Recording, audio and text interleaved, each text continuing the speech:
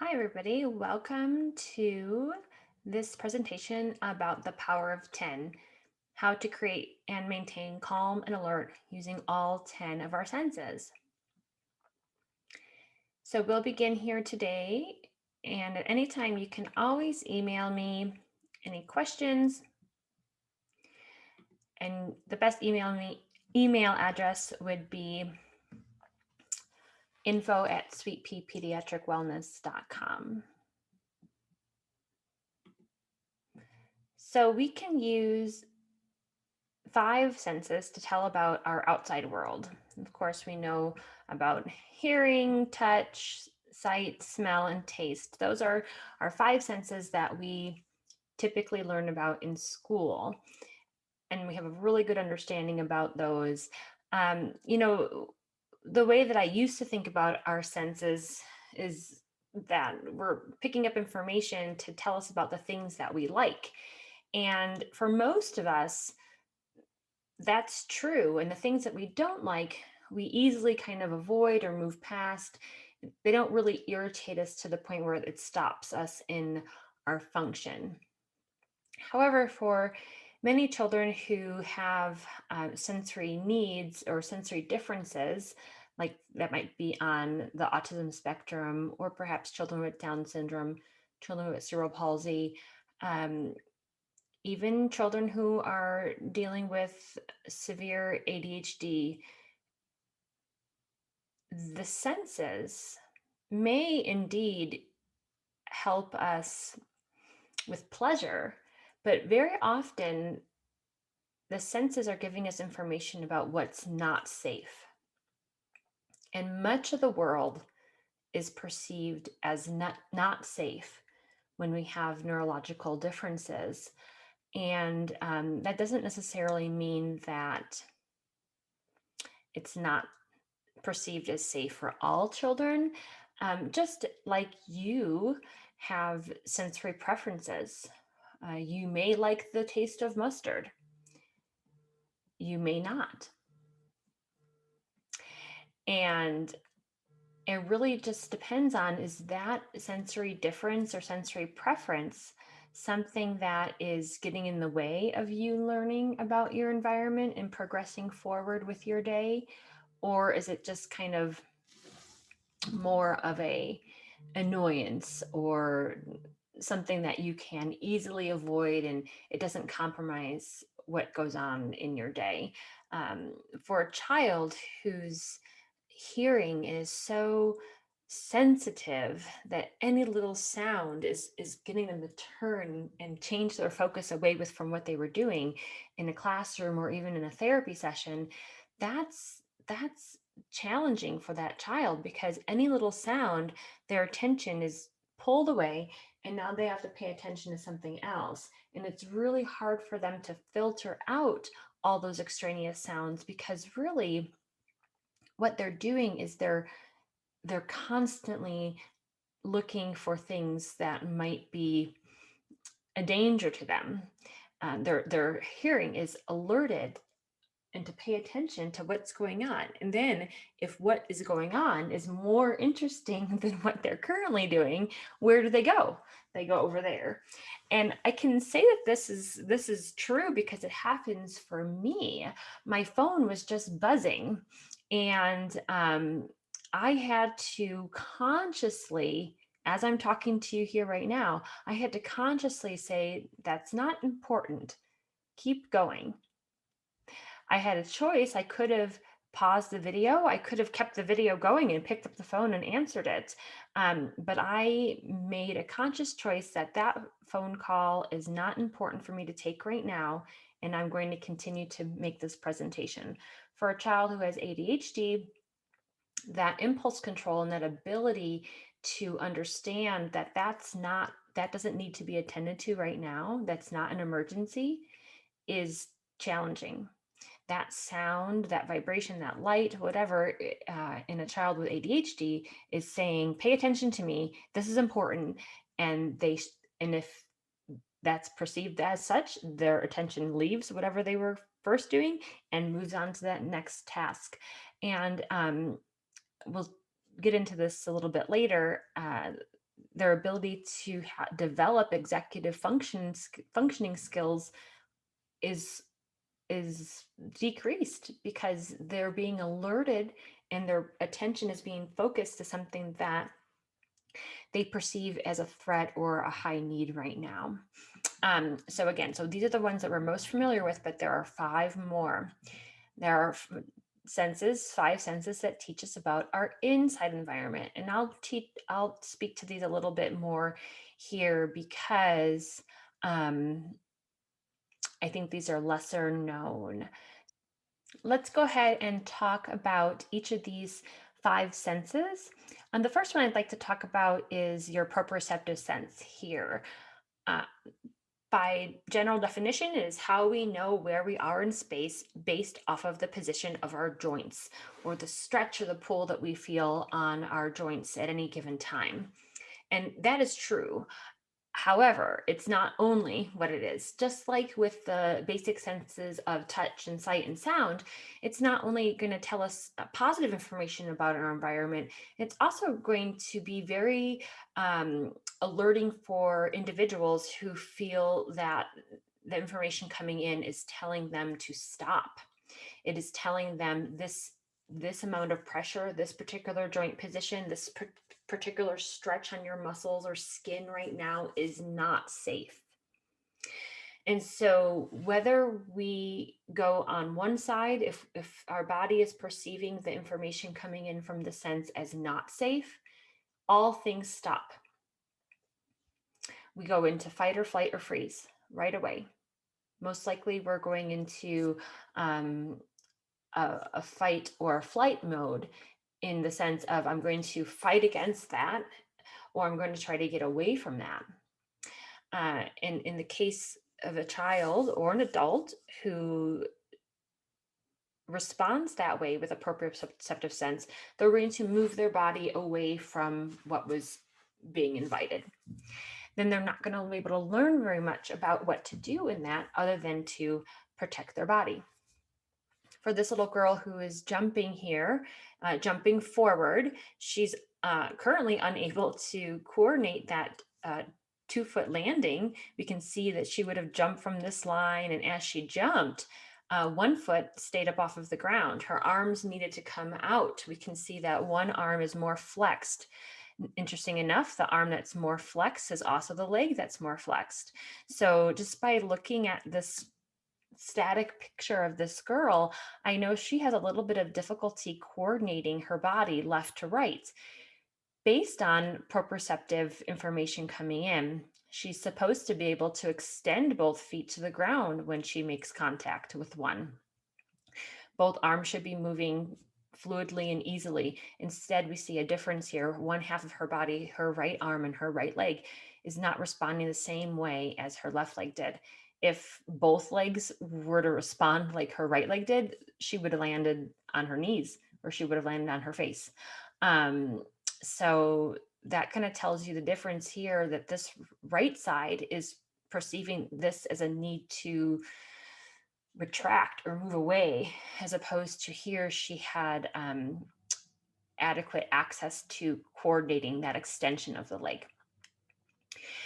Vestibular information coming in is based off of the position of our inner ear and whether or not that information of the head tilt and the rotation velocity is making sense to our bodies or not.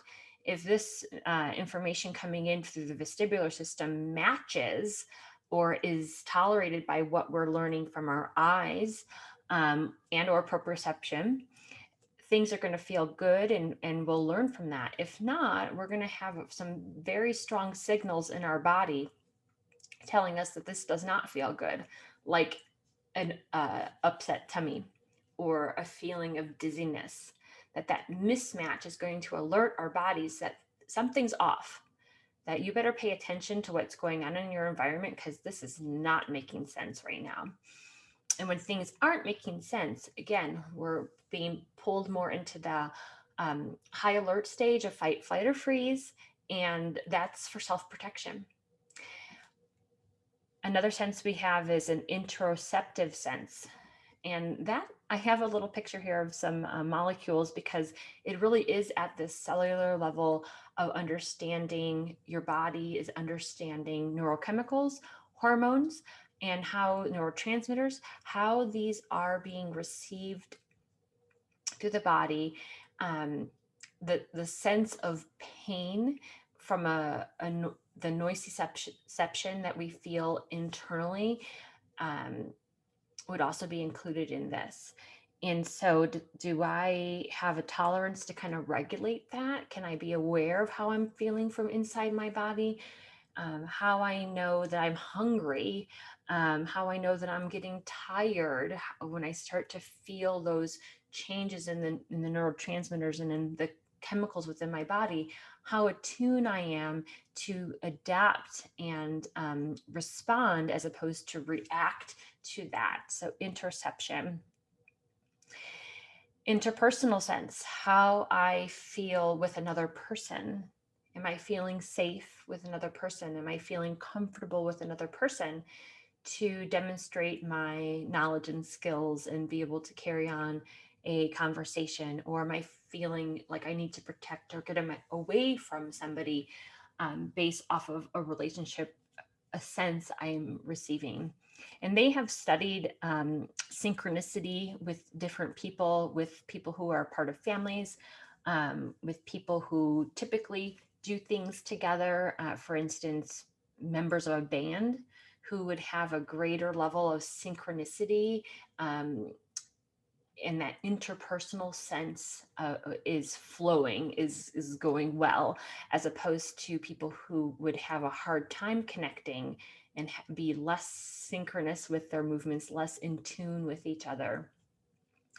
And the last sense that is, again, kind of this nebulous sense, it's this intuitive sense that I can feel safe in my environment. And we all have access to these senses as human beings. Now, how much are we actually paying attention to them, or how much are we ignoring? That's kind of up to us based off of our tolerance, our windows of tolerance. For there is nothing either good or bad, but thinking makes it so. So this is a quote by Shakespeare out of Hamlet. Emily Fletcher is someone who developed a meditation technique that she calls Ziva meditation, and she speaks about this quote all of the time. That there's nothing, things are neither good nor bad, but thinking makes it so. And the information coming in from our 10 senses is exactly this. My perception of the sound of nails on the chalkboard may be very alerting and upsetting to me and cause me to feel uncomfortable and then think about how that is really difficult to listen to and please just stop that. But really, that sound is just a sound. It's how my perception of it and the thoughts that I think about it, how it changes, if it's good or if it's bad. Same thing with somebody squeezing very tightly. Another person may not have a problem with that pressure, but somebody else might, and then start having thoughts about, get away from me, I don't want that. So the perception and the thoughts are linked. So next we're going to kind of go into some techniques that we can use with ourselves as adults and or with the children that we might be working with, either as parents or as therapists. And the idea here is, since these sensory experiences are just perceptions, if it is the case where there is not actually a legitimate threat to our safety or survival, but yet we're being triggered, we're being pushed outside of our window of tolerance, we're being pushed over our threshold, and we're going into this fight or flight mode, that causes a lot of internal stress. That sets off more interoceptive disruption because now this stress response is being activated for no reason. Now, at the moment, it is perceived that there is a legitimate reason, but the more we can use our senses to kind of really learn about our environment and increase our window of tolerance for learning will help us be less reactionary. As a parent, it used to be the case for me that if my one of my three children spilled milk, as an example, I might yell as a reaction, "Why did you do that?" Because my level of stress was already up. My inability to kind of manage everything in my household, all three kids talking or yelling, the TV on, all of these sensory experiences has raised my arousal level to the point where I'm very close to my threshold for any one of these 10 senses or combination of. And that spilled milk just put me right over the edge. But really, there's nothing dangerous going on about that spilled milk. I didn't need to react to protect anybody, but my body was overloaded with information. That seeing that spilled milk, oh my gosh, now how much I have to work and clean and extra and add to my stress, just put me over the edge where I yelled. And honestly, I'll tell you that I would do this quite often with three kids staying home, also working part time at the time, trying to keep a house, uh, trying to organize play dates. I also had two dogs and a cat. I mean, there's a lot of stress that a lot of it was put on my own self, and I wasn't handling it well. So it was probably one of those times that the milk was spilt and that I yelled at my kids that I realized I don't want to continue like this. And I took steps to learn how to increase my window of tolerance for different senses. And one of the ways I did that was with meditation and mindfulness and being able to slow down enough to really see if what was going on in my environment is a threat to myself or my children or not. And if it's not a threat to myself, I don't need to react. I can slow down. So, to help us learn how to slow down, we can use the 5 finger breath. At the end of the video, there'll be a link for you to access all of these YouTube links here, but I'll just demonstrate it for right now. So you can do this with your child or with yourself using your hand, or you can be tracing your child's hand. In the video, I believe I have the child's hand on the floor or on a level surface, but you can have them placing it up in the air as well. It is a nice proprioceptive input if they can engage their hand flat against your chest, the floor, but it's not necessary. The first time I would do it with my child, I would have them open their hand and I'll trace it. Breathing in to the top, exhale down. Breathing in, and pause just for a second, exhale down. Breathing in, exhale down. Breathing in, exhale down. Breathing in. We can exaggerate the movement so that the child really sees what we're doing, and exhale down. Now, hopefully they feel a little bit more calm after that, taking those 5 breaths. If that breath, that process made them more agitated, we can't start there. We'll have to start someplace else. But for a lot of kids, just taking 5 breaths slowly can help calm them, because from the breathing perspective, we're slowing our breathing down. And so this is assuming that the child was able to take slow breaths in and especially out. If anything is going to be slower, it's going to be the exhale. That really does help activate our parasympathetic nervous system. So, as a physical therapist, we use diaphragmatic breathing, where I want to try to exhale twice as long as my inhalation. And why is that? From a physiological standpoint, I'm going to create more resistance within my alveolar sacs inside my lungs, helps hold those open longer for more oxygen to come into my bloodstream.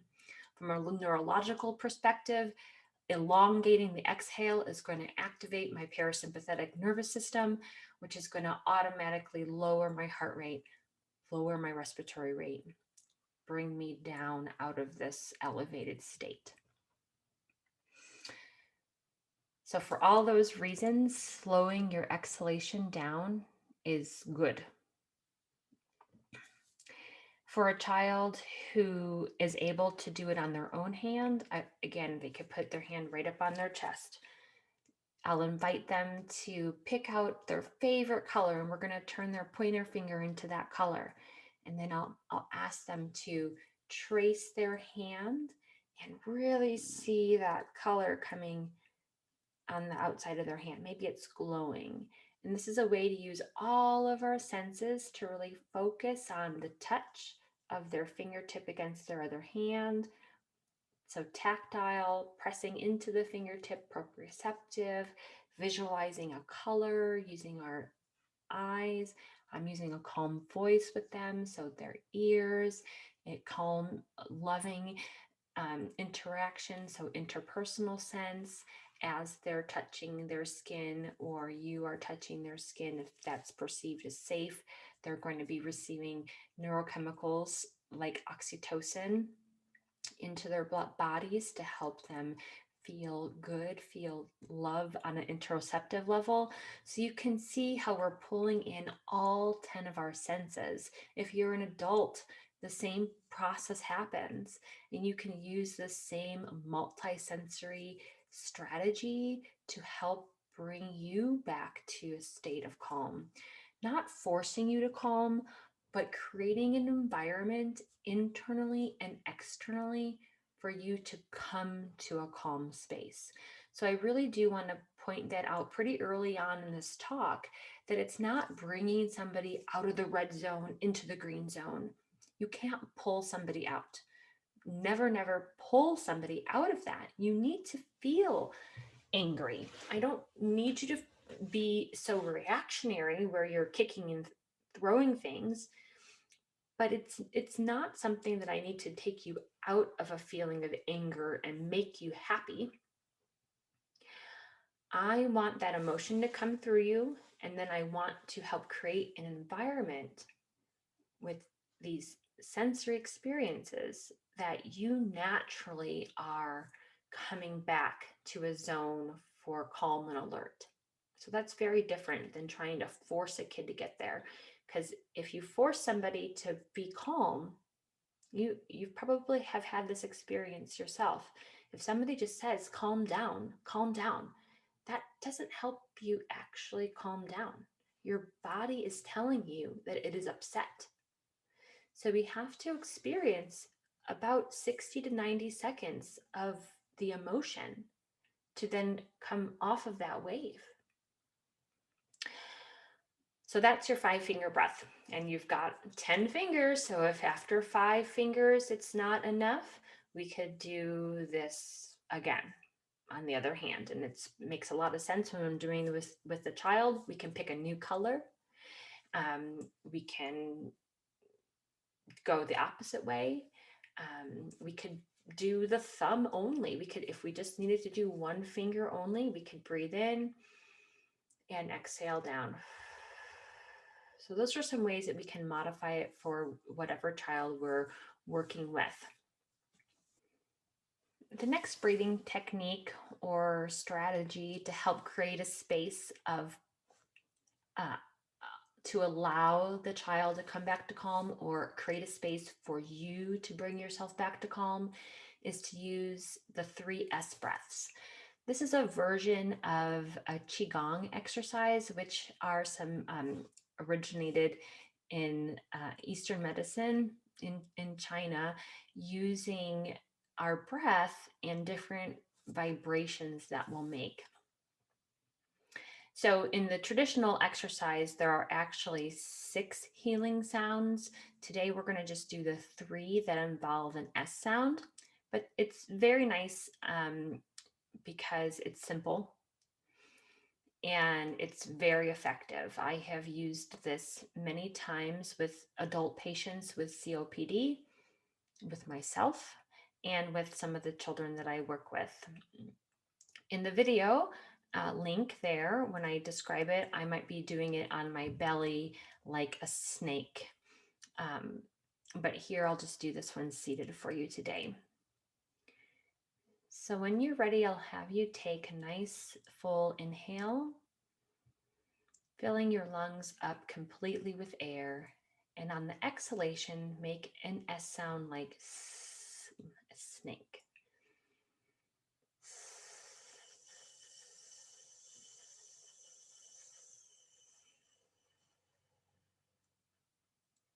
And you'll continue the exhalation until the air is completely gone. We're going to repeat that 2 more times, and you can do it at your own pace.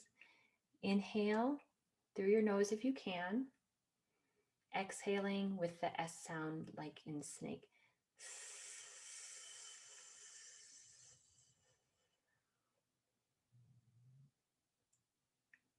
And when you need to take the next breath, you do that. And final breath out.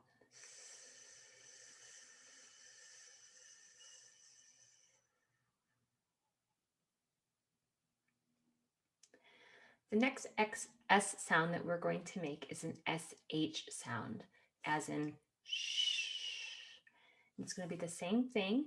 I'll continue with 3 full cycles, and I'll ask you to do the same at your own pace.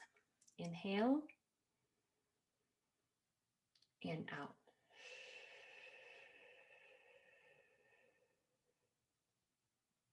If you needed to, you can put your finger up to your lip to kind of imitate that sh sound. Children may kind of get that more there.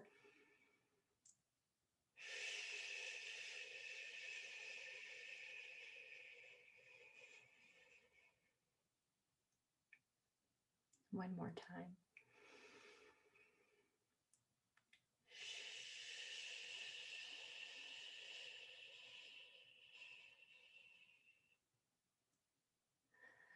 The nice thing about using your finger up to your mouth is you're going to get, again, that tactile sense of the warm air pushing out onto your finger, really being able to feel the breath come out. Hopefully you noticed that that S sound and then the SH sound are growing in length, that the exhalation is lengthening.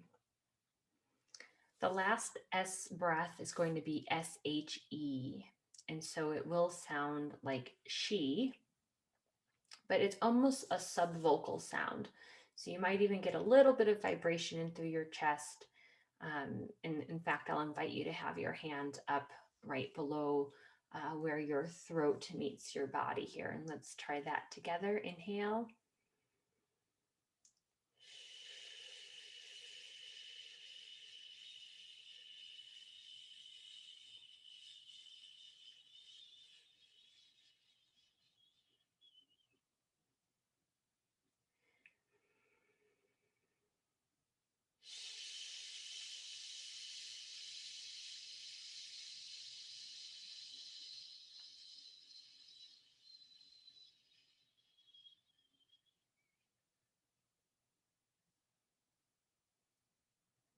And one more.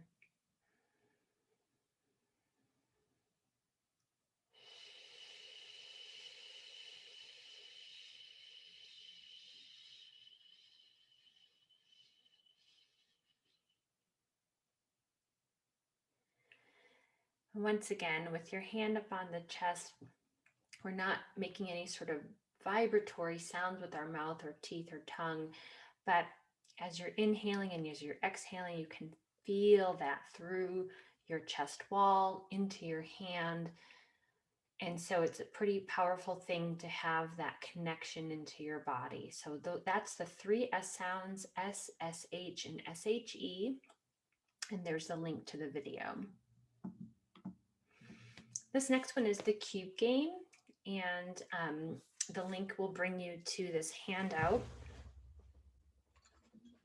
that you can print out. If you had cardstock at home, that would be nice. If you don't have cardstock, you can print out this on a regular piece of printer paper, and then I would use a glue stick to glue it to another piece of paper so it's a little bit thicker. So basically it's going to be the six-sided cube with each of them has a different activity on it. And it has the hand tracing breath as one of the activities.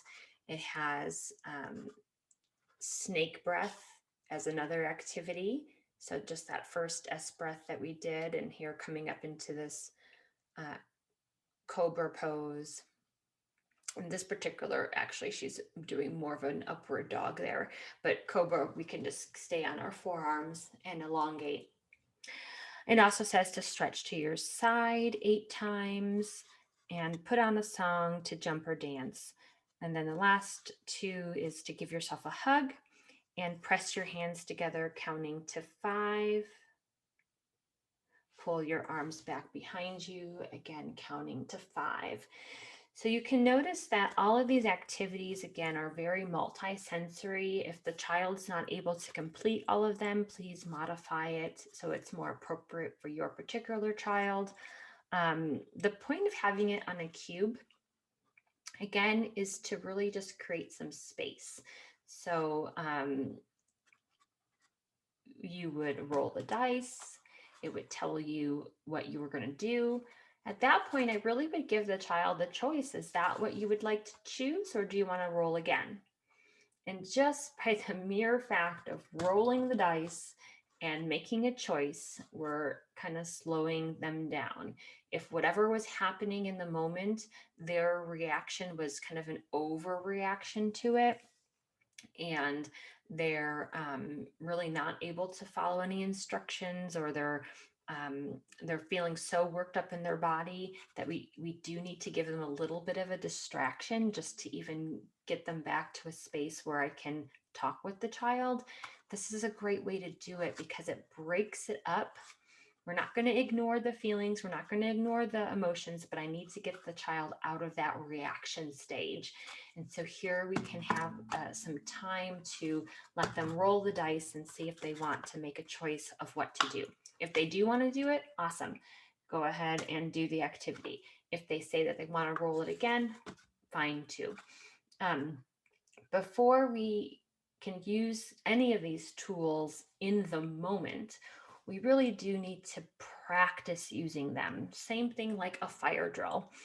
If I need the students in my classroom to be able to walk out of the building in an orderly fashion and not run and be loud and be all scared because there's a loud buzzer going off and people are saying there's a fire, I'm going to need to practice that with them. So as a kind of a way to practice, this is just going to be a game that we're going to play. I'll also put in the notes at the end a link to a podcast episode that I did called the Rainbow Reach Game. That's another really good game to get the child interacting and reaching up and pulling the colors down and mixing the colors up, painting their bodies. So it's another multi-sensory experience that can be practiced as a game. They don't see it as being like a punishment, and none of this should be a punishment at all. This is all about creating space so that they can feel their emotions without having to react so strongly, hurting themselves, hurting others, either with their words or with their actions. So practice the cube game as a playful game so that they'll have access to these tools when you need to use it. But also you could use this in the moment as well, because again, just the action of rolling the dice and making a choice of whether or not they want to do that can break up that overreaction And then again, later on, we'll talk about, like right now, my dog is barking. So I'm going to actually pause the recording so I can go attend to them so that I don't get so upset and try to rush through this presentation. So this last slide here is some parent resources.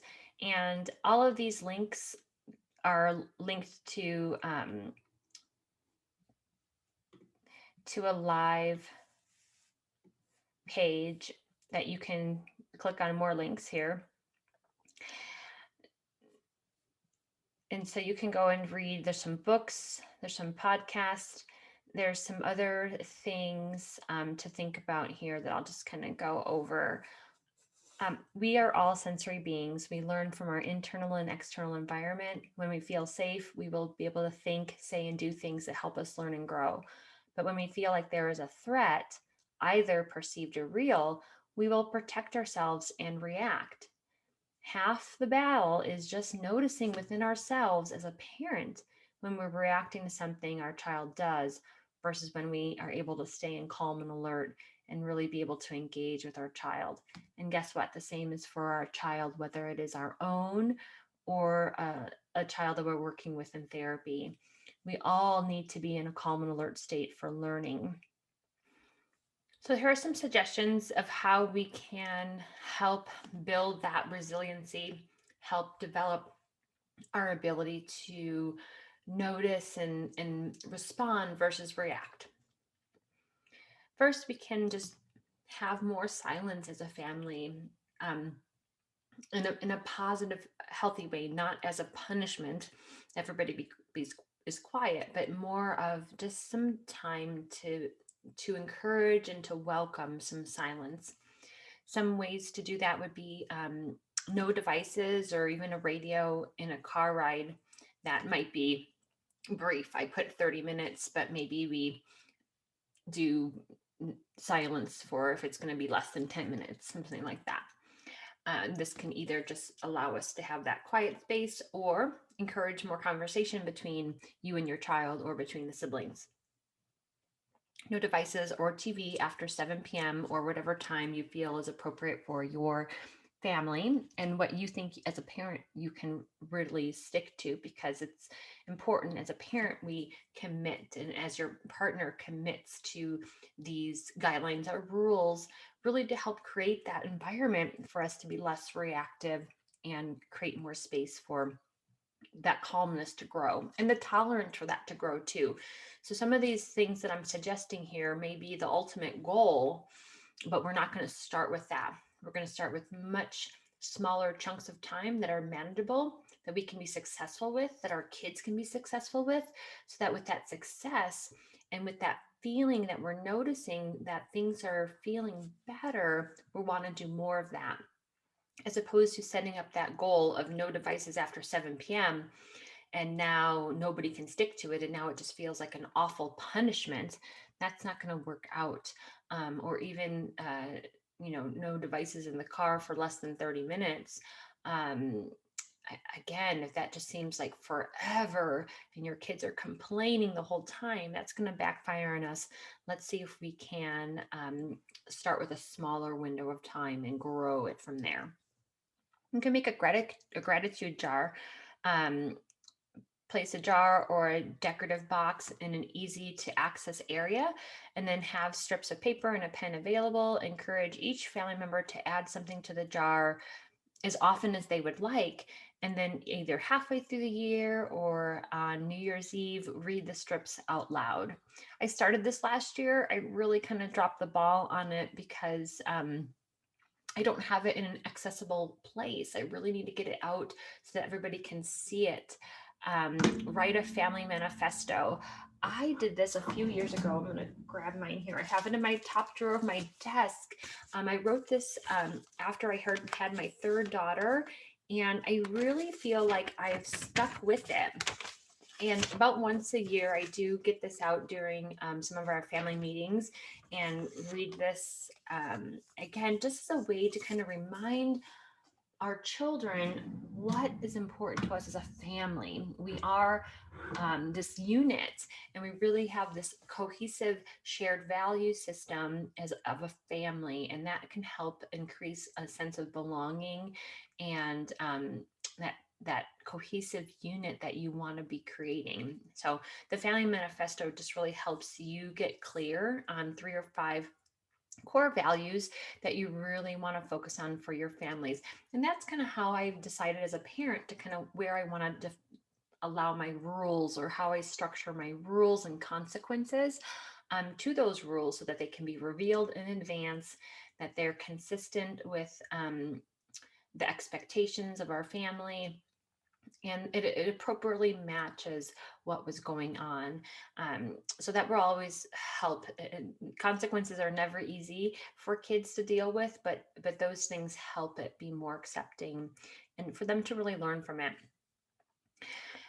So other things that we can talk is try a shared journal. A shared journal is can be very simple, but also very powerful. So I just have mine for my middle son, because right now he's the only one who's using it here in this notebook paper, where he kind of writes something or I write something and he responds.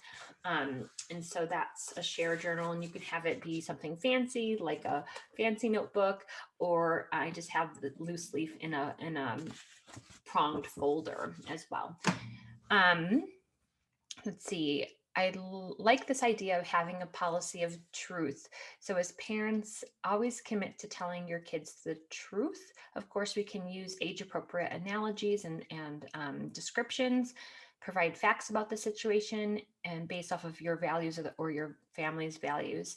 Additionally, this was mentioned by a friend of mine, have a 24-hour reply policy.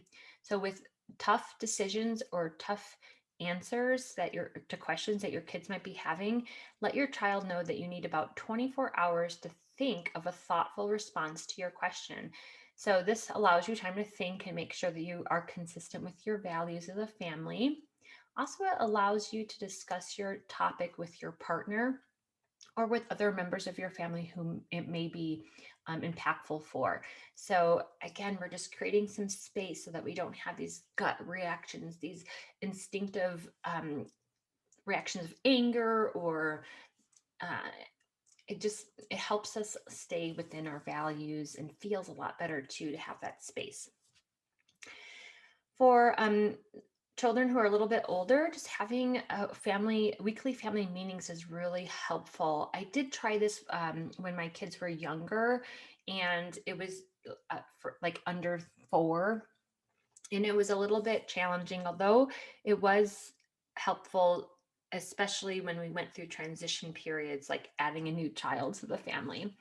But I definitely think children who are 5 and above can be meaningful, active members of family meetings. And again, it helps increase that sense of belonging and purpose of the family. So maybe that's something you already do more naturally around the dinner table, but having those rituals can really help our children feel like they have that dedicated place in the family. View discipline as teaching and definitely less as a punishment. We're going to be modeling the correct behavior. Reserve punishment for offenses when your child shows no remorse for his actions. We spoke about this briefly before, that your consequences should be revealed in advance, respectful and reasonable. And some of these things did come from Positive Parenting Solutions, which I think has a lot of great resources and great programming. So take a look at them. Use as many I statements as you can. I feel let down when you don't follow the rule. And always before and after a punishment, provide a word action of love um, and kindness, because whatever they just went through was really challenging. And this can help buffer the stress of the punishment. Yes, we need to do that, but we can buffer our kids so that they can move through that more easily. So And lastly, but definitely not least, be kind to yourself as parents, as therapy providers, as we're trying to move through these difficult emotions with the children that we're working with or our own children. We also are having to buffer our own stress. And self compassion, self love is first and foremost. So, just going back up here to the Sparkler Parent podcast. I do host this podcast and I have small little snippets of information and then also some meditation. So take a look at that. It's offered on about 8 different platforms right now, including Spotify and Apple Podcasts. Okay, so that's it. So that's the power of 10. And really, it's just a way to help us use all 10 of our senses and to notice where we're at so that we can respond versus react. We don't want to ignore emotions, but we can't be dealing with our emotions when we are in this reactive state. So if we're in a fight, flight, or freeze, all we are feeling is protection or survival, and that's not going to tell us about emotions. We need to be able to create some space to be in that calm and alert state, to be able to really sense what emotions we're feeling. Before we can even dive into the topic of understanding emotions, we just really need to be able to grow that window of tolerance to feel a bit uncomfortable at times, but that we can be open enough to feeling these sensations. All right, thanks a lot.